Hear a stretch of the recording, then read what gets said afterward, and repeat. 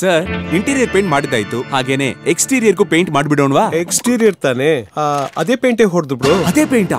ಎಲ್ಲ ಪೇಂಟು ಒಂದೇ ತಾನೆ, ಹೊಡೆದು ಬಿಡು.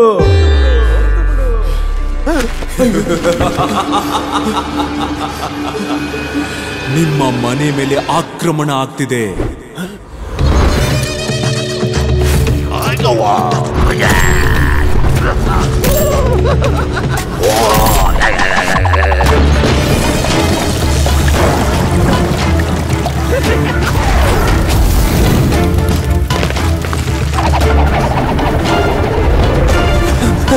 ಅಯ್ಯೋ ದೇವ್ರೆ, ಇದಕ್ಕೆ ಏನು ಪರಿಹಾರನೇ ಇಲ್ವೇ?